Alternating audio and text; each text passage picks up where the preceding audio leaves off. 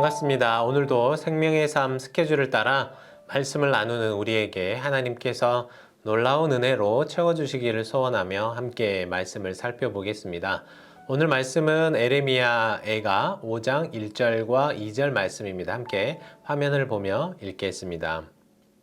여호와여, 우리가 당한 것을 기억하시고 우리가 받은 치욕을 살펴보옵소서.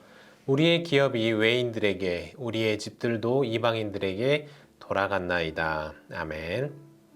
네, 함께 읽은 말씀을 따라서 기억하옵소서라는 제목으로 말씀의 은혜를 나누기를 원합니다.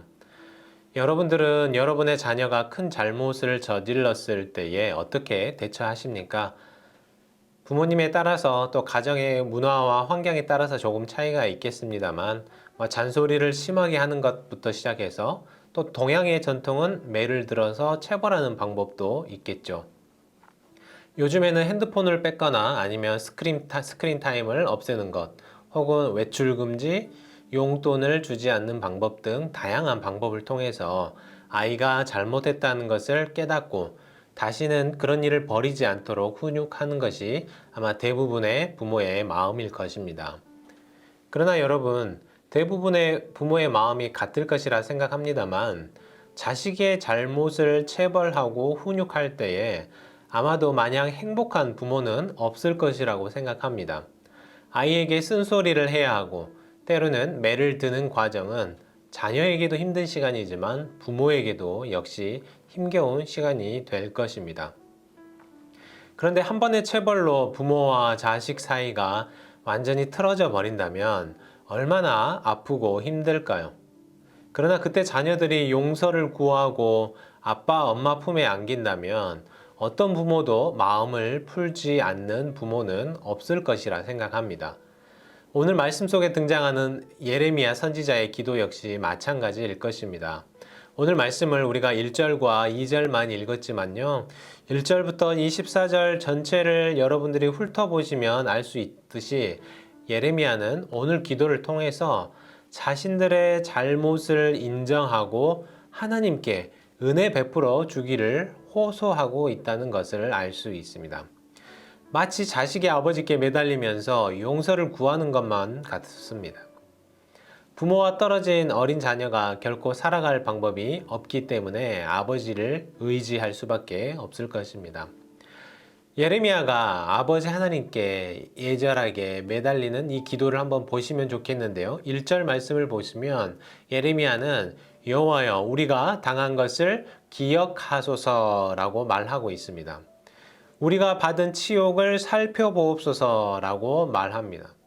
지금 고통받고 있고 피 흘리며 힘들어하는 이 자신의 모습을 보며 용서해 주십시오, 다시 안아 주십시오 간절히 간구하는 것이죠. 예레미야는 아버지의 마음을 알았습니다. 하나님 아버지는 공의의 하나님이시기 때문에 이스라엘과 유대인들의 죄악에 합당한 벌을 내리셨지만 그럼에도 불구하고 사랑의 하나님을 잘 알았던 것입니다. 아버지의 성품을 잘 알았습니다. 자식의 아픔을 긍휼히 여기고 아픔을 세밀하게 살피는 그 아버지의 마음을 알고 하나님께 기도하였습니다. 그러나 예레미야의 애절한 호소는 아버지의 긍휼에만 의지한 것은 아니었습니다. 아무리 자식을 사랑한다지만 잘못을 인정하지 않는 자식을 그냥 용서하고 그 죄를 덮어두는 것은 오히려 더 큰 잘못을 야기시키는 꼴이 되기 때문이죠. 내 아버지는 나를 사랑해서 내가 잘못해도 나를 혼내지 않는구나. 그 사실을 알게 된다면 어떻게 될까요? 앞으로도 또 다른 그리고 더 큰 잘못을 저지를 가능성이 높아지게 될 것입니다. 이 점에 있어서 예레미야의 눈물겨운 호소는 우리가 보고 배울 만한 점이 있는데요. 무작정 용서해달라고 하지 않는다는 것입니다. 바로 자신들의 죄악을 인정하고 고백하는 것이죠. 6절을 제가 한번 읽어보겠습니다. 우리가 애굽 사람과 아수르 사람과 악수하고 양식을 얻어 배불리고자 하였나이다. 네, 이렇게 기록하고 있습니다. 하나님이 정말 싫어하는 죄가 있었습니다. 바로 이방 우상을 따르는 것인데요. 이 말은 곧 하나님을 온전히 의지하고 사는 삶이 아니었다는 점입니다. 특히 유대 역사 속에서 일어났던 일을 살펴보면 유대인들과 이스라엘 백성들이 국제적 정세 속에서 하나님을 온전히 의지하기보다 당시 그 국제 질서를 좌우하고 있던 애굽이나 아수르 사람들을 의지하며 줄타기를 하고 살았다는 점입니다. 하나님만 의지하고 하나님만 온전히 바라며 만군의 주가 되시는 하나님께서 그들의 삶을 누구보다 평안하고 안전하게 지켜주시기를 바라며 살아야 했지만 유대인들은 하나님을 의지하기보다 눈앞에 보이는 강한 세력, 그러니까 당시에는 애굽, 아수르 같은 나라였겠죠. 그들의 도움을 받으며 그들을 의지하며 살았던 것입니다. 이런 행동들은 하나님을 배신하는 행위였습니다.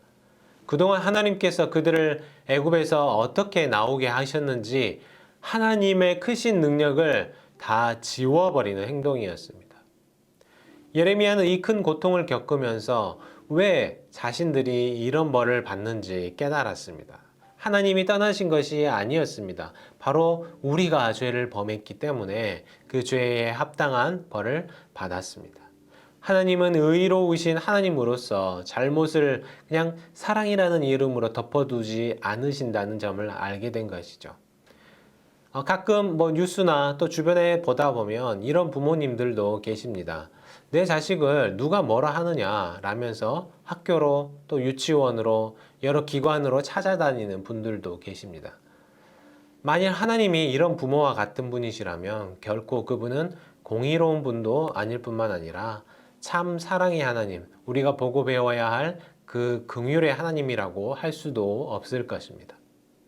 자식의 아픔을 마음으로 누구보다 아프게 여기시지만 자신의 잘못을 알고 자식의 잘못을 알고 그것을 돌이키기를 바라는 것이 바로 우리 하나님 아버지의 마음인 것이죠. 그래서 예레미야는 이제 하나님께 간구합니다. 우리의 죄악을 인정하고 고백합니다. 우리의 형벌을 거두어 주시고 용서해 주십시오. 하나님께 간곡하게 기도하며 매달렸습니다. 지금 우리가 예레미야 예가서를 계속 함께 살펴보고 있는데요. 이제 내일이면 마지막 시간입니다. 예레미야 예가는 내용도 그렇고 또 문체나 여러 상황들이 참 받아들이기 어려운 책이기도 합니다. 하나님의 백성들이 왜 이렇게 고통을 당하는가? 하나님을 사랑하며 살던 선지자가 왜 이런 처절한 책을 써야 했을까? 여러 생각이 들면서 우리의 마음 또한 저 깊은 시면으로 가라앉는 것만 같은 느낌이 드는 책입니다. 그러나 마지막 부분에 이르러서 이 모든 슬픔이 어디에서부터 시작된 것인지를 알게 되었습니다. 그리고 내일은 우리가 함께 살펴볼 수는 없겠지만 애가서 마지막 단락에 이르러서야 하나님 아버지를 노래하며 주 여호와를 온전히 의지하고자 하는 이 저자의 간절한 외침과 함께 애가서가 끝이 납니다. 사실 우리도 살다 보면 정말 힘이 들고 외로울 때 우리가 눈물조차 나오지 않고 기도조차 나오지 않는 그런 아픔들을 경험해 보셨으리라 생각합니다. 아마도 예레미야의 심정이 바로 그랬을 것 같은데요. 때로는 우리가 하나님 앞에 우리의 슬픔을 있는 그대로 드러내고 울며 외쳐보는 것도 우리의 삶을 조금 더 아름답게 만들어주는 방법이 아닐까 생각하게 됩니다. 그러나 여전히 잊지 말아야 할 것은 여전히 우리를 사랑하시고 돌보시는 여호와 하나님을 바라보며 오직 그분만을 의지하며 살기로 다짐하는 것입니다. 오늘 하루도 저와 여러분의 삶이 그럴 수 있기를 간절히 소원합니다. 네, 오늘 금요일인데요. 건축 기도문을 함께 읽으면서 마무리하도록 하겠습니다. 저와 함께 화면을 보시며 건축 기도문을 함께 따라 기도하겠습니다. 블레싱 하우스를 허락해 주신 하나님께 감사를 드립니다. 새 부지 지역 주민들의 마음을 열어주셔서 그들이 환영하게 하시고 함께하는 공동체가 되게 하여 주옵소서. 교회 이전 중에 임시 처소를 허락하시고 공간 활용을 지혜롭게 할 수 있도록 허락하여 주옵소서. 새 건물이 건축되는 과정 속에 복음 전도에 최선을 다하게 하시고 주어진 은사와 또 직분을 따라서 모든 성도가 섬기는 그런 공동체가 되게 하옵소서. 달라스에 외면당하고 고통받는 자를 위로하는 그런 교회가 되게 하시고 복음으로 영혼을 치유하며 영적인 갈급함을 채우는 빈내리 교회가 되게 하소서. 아멘.